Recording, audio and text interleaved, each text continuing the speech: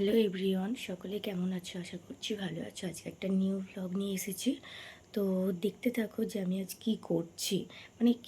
মানে তেমন বেশি কিছু ব্যাপার না। তো এখন ঘড়িতে বাজে 3:20। তো এই সময় উঠেছি। আর কেন উঠেছি তোমরা দেখতে থাকো, তাহলেই জানতে পারবে। তো যাই হোক, এতখানি সকালে উঠেছি। সকাল না, ভোর বলা যায়। তো ভোরবেলা উঠেছি, তো আগে ঘরটা মুছে নিই, কারণ ঠাকুরের স্থান গেলে তো আর বাসি টাসি ঘরে যাওয়া যায় না। তো তার জন্যে ঘরটার মধ্যে স্নান টান করে বেরোবো। তো দেখতে থাকো। তো রেডি হয়ে গেছি একদম। আর বলি, আমরা কিন্তু যাচ্ছি আজকে তারকেশ্বর। তো মায়ের জন্যই অবশ্য, মাকে নিয়ে বছরে একবার করে কিন্তু ভাবি তারকেশ্বর যাবই। আর মার কিন্তু যেতে খুব একটা ইচ্ছা ছিল না, আমিই কিন্তু মাকে জোর করে নিয়ে গেছি। আর মা বলছিল যে পরে যাব, আর আমি বললাম যে সামনে চৈত্র মাস আসছে, পরে যাব বললে আর যেতেই পারবে না, কারণ তখন তো প্রচুর ভিড়, গাজনের টাইম না, তখন ঢুকতে পারবে না। আর তার জন্য কিন্তু মাকে আমি জোর করে নিয়ে এসেছিলাম।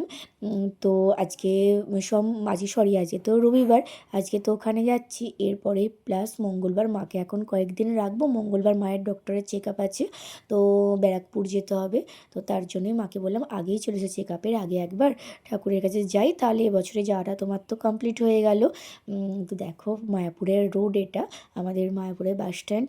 তো অনেক গাড়ি ঘোড়া, ব্যস্ত শহরের মতো হয়ে গেছে আর কি। তো এখন তো যেহেতু ভোরবেলা, খুব ভয় লাগছিল, একা একা যাচ্ছিলাম। তো আমার ভাইও ছিল, তাতে কোনো ব্যাপার না, তবু একটা ভয় ভয় লাগছিল আর কি। এখন আমরা দাঁড়িয়ে আছি স্ট্যান্ডে, কখন বাস আসবে জানি না।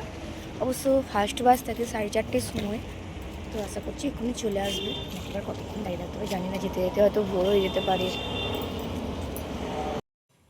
আজ ছিল রবিবার।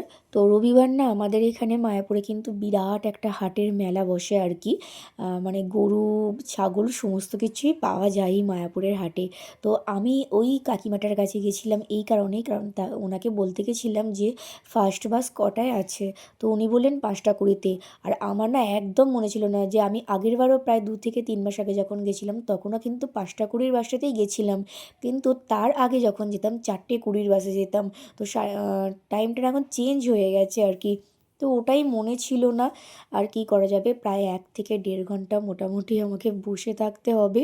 কিছু করার নেই, যেহেতু ভুলে গেছি। তো আমি আমার ভাইকে বললাম এবার থেকে মনে রাখবি, কিন্তু 4:20 বাসটা একদম চেঞ্জ হয়েছে, ওটা কিন্তু 5:20-তে হয়ে গেছে। তো ভাই বললো আর কি করা যাবে, বসে থাকি দুজন মিলে। হর হর মহাদেব বলে মহাদেবের নাম করি আর কি। তো তারপর দেখো, ওইখানে একটা দোকানে গেছিলাম ওই একই কথা জিজ্ঞাসা করতে, যে বাসটা কি কখন আসবে, কোন দিক থেকে আসবে। তো যেয়ে দেখলাম দুটো কুকুর হঠাৎ করে সামনে থেকে এসে মুখ বাড়াচ্ছে। তো আমি ভাবলাম যে যখন মুখ বাড়াচ্ছে, তো আমি ওদেরকে একটু আমার সাধ্য মতো একটু বিস্কিট খেতে দিই। আমি আবার রাস্তার পশু পাখিদেরকে না, নিজেকে উদার স্বভাবের ভাবি না, বাট মনে হয় যে ওরা কোথা থেকে পাবে, আমাদের তো তবু মানুষের হাত পা আছে, আমরা খেটে খাওয়ার মতো ক্ষমতা আছে। ওরা তো অবলা প্রাণী, ওদের তো কেউ কিছু দিলে তবেই ওদের পেটটা চলবে।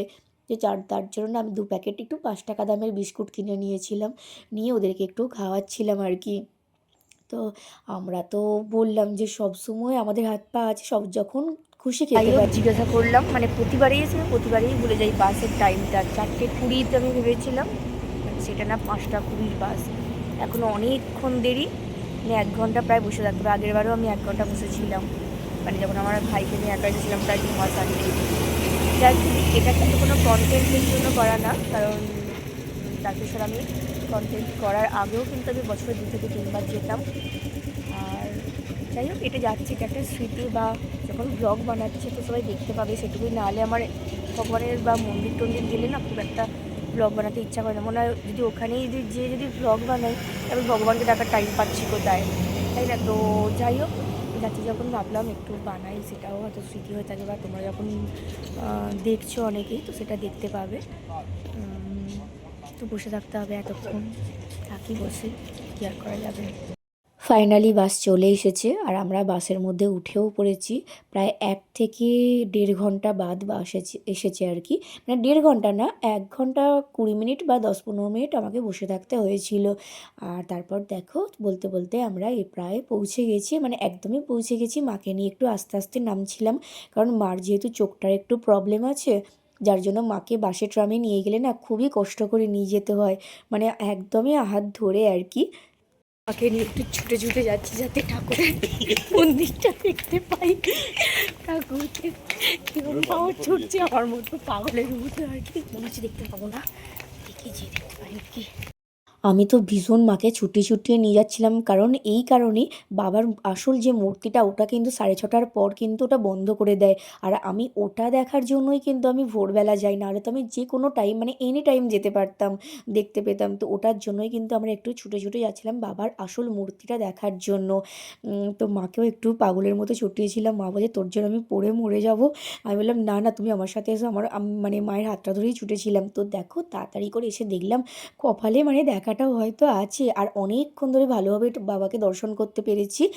আর এখানে কিন্তু ভিডিও করতে দেয় না, আমি কিন্তু একটুখানি ক্লিপ নিয়ে নিয়েছি নুকিয়ে নুকিয়ে আর কি, নাহলে ফোন টোন কোথায় কেড়ে নেবে, একটা ব্যাড পরিস্থিতির মধ্যে পড়তে হবে। তো বেশি কিছু দেখাতে পারিনি, ওই জন্যেই একটুখানি জাস্ট ক্লিপ নিয়ে নিয়েছিলাম, নিয়ে দেখিয়েছিলাম বাবার মূর্তিটা। দেখেছো নিশ্চয়ই তোমরা, দেখে একটু কমেন্ট করে বলো আর জানিও যে কেমন লাগছিল আজ বাবাকে। আর বাবাকে কিন্তু প্রতিদিনই মোটামুটি এই রকমই সাজানো হয়, সকালের দিকে, সন্ধ্যের দিকে অবশ্য রাজবেশ পরানো হয়। সন্ধ্যের বেশটা আমি কোনোদিন দেখিনি, তবে ইচ্ছা আছে অন্য কোনো দিন সন্ধ্যেবেলায় আসার। সেটা হাজব্যান্ড থাকলে, হাজব্যান্ড না থাকলে সন্ধ্যেবেলা আসাটা আমার পক্ষে সম্ভব নয়। আর তো তারপর দেখো এখানে একটু প্রসাদ কিনতে এসেছিলাম বাড়ির জন্য নিয়ে যাব বলে। তো এখন কিন্তু একদমই কম টাকার প্রসাদ নেই, নয় 51 নয় 101 টাকার। আগে আগে কিন্তু 51 টাকার এই সরি 21 টাকার প্রসাদ পাওয়া যেত, আর এখন পাওয়া যায় না। আর এখানে দেখো নন্দী মহারাজের গায়ে সবার হাত বুলোচ্ছিল সবাই আর কি, আর আমিও একটু হাত বুলালাম। আর এইখানে বাবার গদিতে কয়েকটা টাকা দিলাম, কিছু যেটুকু পারি আর কি। আর ওনারা একটু বেলপাতা দিল। আর এই যে পুকুরটা দেখছো এটা তো দুধ পুকুর। এই পুকুরটা রিসেন্টলি একটা ঘটনা ঘটেছে, একটা যুবক নাকি এই পুকুরে স্নান করতে নেমে নাকি তলিয়ে গেছে, যেটা তোমরা ফেসবুকেও দেখেছো। তো যার জন্য এটা মানে ওই দড়িগুলো দিয়ে ঘিরে রেখেছে আর কি। দেখো না, চন্দন কাঠ আছে, চন্দন পিড়ে আছে, বাবার বই আছে, নাও না বৌদি, পাতাল টাতাল আছে, দুড়ি টুড়ি আছে, দেখো তোমাদের।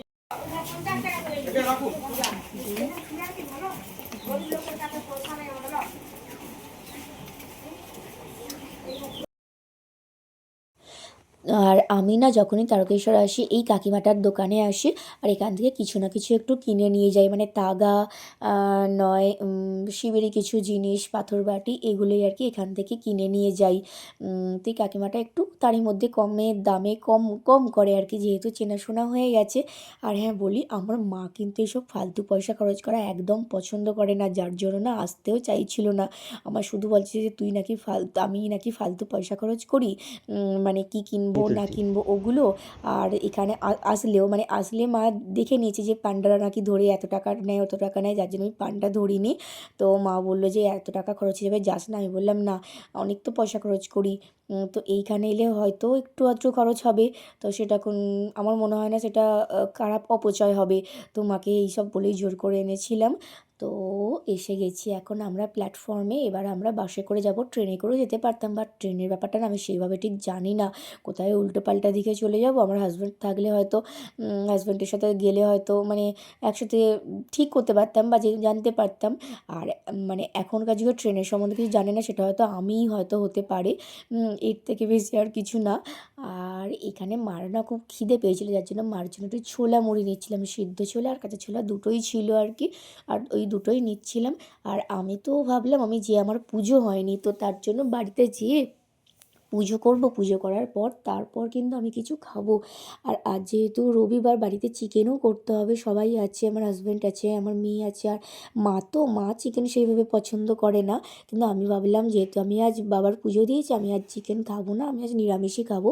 তো এখন পরপর 3 দিন কিন্তু আমার নিরামিষ, কারণ শনিবার দিন নিরামিষটা খেয়েছিলাম, মানে আগের দিন। আজ রবিবার, আজকেও নিরামিষ।